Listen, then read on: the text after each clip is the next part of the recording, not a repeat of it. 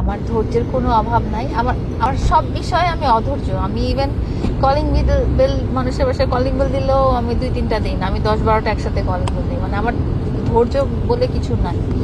কিন্তু মামুনের ক্ষেত্রে আমার ধৈর্য অসীম। ও আরো 100 বছর টাইম লাগায় ঝগড়া থামাক, কোনো অসুবিধা নেই, আমি 100 বছর ট্রাই করে যাবো। মানে মনের টানে আমি আর ইয়ে করতে পারছিলাম না, কোনো কিছুই মাথায় আসতেছিল না। তখন আমার একটাই চিন্তা যে না, আমাকে যাইতেই হবে। সেখানে যেরকম পরিস্থিতি হোক, ও যদি আমাকে ঘাট ধাক্কা দিয়ে বাসা থেকে বের করেও দেয় বা এরকম কোনো সিচুয়েশনও হোক, তারপর মনে হচ্ছে যে আমি ওকে এক নজর দেখবো, এক নজর দেখে চলে আসবো। আছে না, প্রত্যেকটা কাপলের একটা ব্যক্তিগত ব্যাপার আছে। আমাদের দুজনেরও পার্সোনাল কেমিস্ট্রিটা ওরকমই। ও রাগ করলে এরকমই করে, আমি রাগ করলে আবার এরকম করি না। আমারটা টোটালি উল্টা, ওরটা একরকম। ওরটা এই ধরনেরই, ও রাগ করলে ওর কাছে যেতে দেয় না, ওর সাথে কথা বলতে দেয় না, ওকে দেখতে দেয় না। মানে ওর রাগটা একদম ডিফারেন্ট। হাতির ঝিলে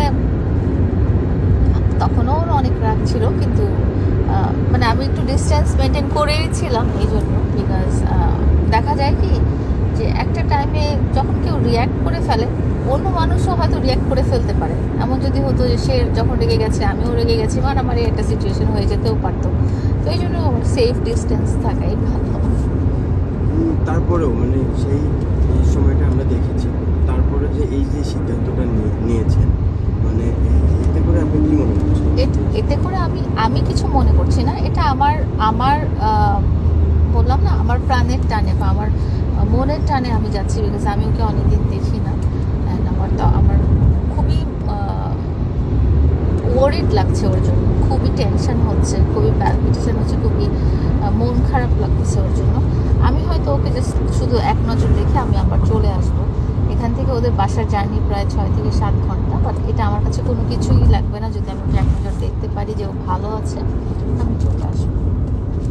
এবং আজকে এই যে এখন রাত বাজে ঠিক 1:30, হ্যাঁ, 1:40 বাজে। হ্যাঁ, 1:30 বাজে, 1:40। সেই জায়গাতে মানে আপনার ঘুম নেই, কিন্তু আর একটু জানতে চাই যে আসলে সারাদিন আপনি অনেক ব্যস্ত থাকেন এবং অনেক জবে সময় দিতে হয় এবং পাশাপাশি সংসারে সময় দিতে হয়। সব কিছু উপেক্ষা করেও আজকে এই যে জার্নি করে যাচ্ছেন, মানে এই ফিলিংসটা একটু জানতে চাই। এই ফিলিংস তো মানে আমি বললাম না যে এটা আমার মধ্যে খুব একটা অস্থিরতা কাজ করতেছে, যে না, সে ভালো আছে এতটুকু আমি নিজের চোখে দেখবো, তারপরে আমি সাথে মতো চলে আসবো যে না, ঠিক আছে, ও ভালো আছে। সেটা রাত 1টা হোক, 2টা হোক, 3টা হোক, টাইম আমার কাছে কোনো ব্যাপার না। আর আমার যে লাইফস্টাইল, আমি ফজরের থেকেই জাগনা থাকি এবং সারাদিন আমি অনেক রকমই পরিশ্রম করি, নানা রকম জায়গায় যেতে হয়, আমার নানা রকম কাজে ব্যস্ত থাকি, ঘরেও টাইম দিতে হয়। এর মধ্যে এখনই সবচেয়ে সুইটেবল টাইম, বিকজ ও অনেক দূরে থাকে। বললাম যে 7 ঘন্টার মতো জার্নি করতে হয় আমাদেরকে। তো এই টাইমটাই আমি বেছে নিয়েছি, বিকজ এই টাইমটাতে অন্য কোনো কাজ হয় না। আমি জাস্ট ওকে একটুখানি দেখবো। ওকে দেখে আমি জানি ওর রাগ এখনও ভাঙেনি। ওর যদি রাগ ভাঙতো তাহলে ও অনেক আগেই চলে আসতো। তো রাগ ভাঙেনি যেহেতু, আমি ওকে দেখি যে ও ঠিক আছে, ও ভালো আছে, ওর স্বাস্থ্য ভালো আছে, ওর মন ভালো আছে, এটা দেখে আমি আর কাঁদলাম। আর আরেকটা ব্যাপার একটু জানতে চাই, যে অনেকেই প্রশ্ন করে, অনেকেই কমেন্ট সেকশনে বলে যে লাইলা এত বড় মানে ভালো একটা জব করে এবং কর্পোরেট জব করে, এবং সেই জব করে মানে কীভাবে সে ভালোবাসার জন্য আসলে তাড়া করে বেড়ায়, মানে এই ব্যাপারটা একটু আসে।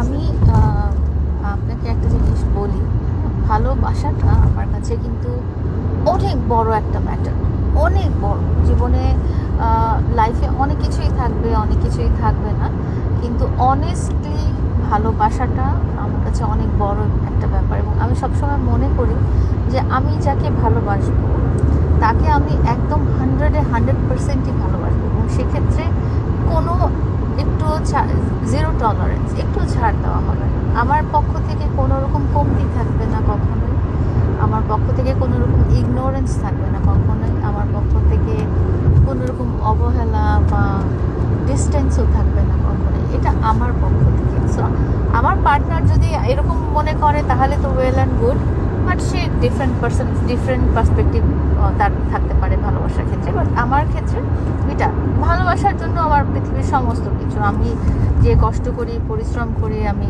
কাজ করি বা আর্ন করি, সব কিছুই আমার ভালোবাসার জন্য। আমার লাইফটাই ওর জন্য। আজকে কোনো সারপ্রাইজ যাচ্ছে কিনা, মানে থাকে না যে প্রিয় মানুষটির সঙ্গে দেখা হবে, দেখা হওয়ার পরে কোনো একটা সারপ্রাইজ দিবেন, মানে আমি জানি না ও সারপ্রাইজ হবে কিনা। ওকে সারপ্রাইজ করার মতো আমার কাছে এই মুহূর্তে ওরকম কিছুই নাই। বাট ও ও অলওয়েজ আমার জীবনে একটা সারপ্রাইজ, মানে ও ও আমার জীবনে অলওয়েজ একটা হ্যাপিনেস, ও আমার জীবনে অলওয়েজ একটা সারপ্রাইজ। এই যে আমি ওকে দেখতে যাচ্ছি, এটা আমার কাছেই আমার একটা গিফট যে আমি ওকে দেখতে যেতে পারতেছি। ও যদি আজকে দেশে না থেকে, ও যদি আমেরিকায় থাকতো বা অন্য কোনো দেশে থাকতো যেখানে যাওয়ার জন্য আমার ভিসা নিতে হচ্ছে বা এটা নিতে হচ্ছে, যাওয়া আসার একটা আলগা পেরেশানি আছে, প্লেনে করে যাওয়াটার ব্যাপার আছে, তাহলে জিনিসটা কত কষ্টদায়ক হতো। সেই জন্য আমি আল্লাহর কাছে অনেকটাই গ্রেটফুল যে আল্লাহ তাআলা এই সুযোগটা এখনও আমার কাছে রেখেছেন। তো আমি চাই যে আল্লাহ তাআলা যেন সব কিছু ঠিকঠাক করে দেয়, এটাই হচ্ছে আসলে। আপু, মামুনের সঙ্গে আপনাকে দেশের বাইরে ট্যুরে যেতে দেখেছি, কিন্তু এখন নতুন কোনো প্ল্যান আছে কিনা যে সবকিছু ঠিকঠাক হয়ে গেলে আবার নতুন করে কোনো দেশে চলে যাবেন?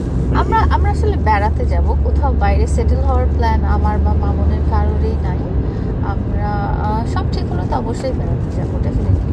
অনেক ভালো লেগেছিল লাস্ট টাইম, এবারও সব ঠিক হয়ে গেলে আমরা লাস্ট বারের জন্য আপনি কোন দেশে গিয়েছিলেন? তাছাড়া আমরা নেপালে গিয়েছিলাম, খুব ভালো ছিল সেটা। এবার কি থাইল্যান্ডে যাবেন? এবার আমরা জানি না কোথায় যাব, বাট আমার কাছে যে কোনো ওর সাথে যে কোনো জায়গায় আসলে ব্যাপারটা কি যে আপনার যে কম্পেনিয়ন, হ্যাঁ, ট্রাভেল কম্পেনিয়ন বা আপনার যে সাথী, যার সাথে আপনি বেড়াবেন, তার সাথে আপনি সে যদি ভালোবাসার মানুষ হয়, তার সাথে আপনি গ্রামে গেলেও আপনার ভালো লাগবে।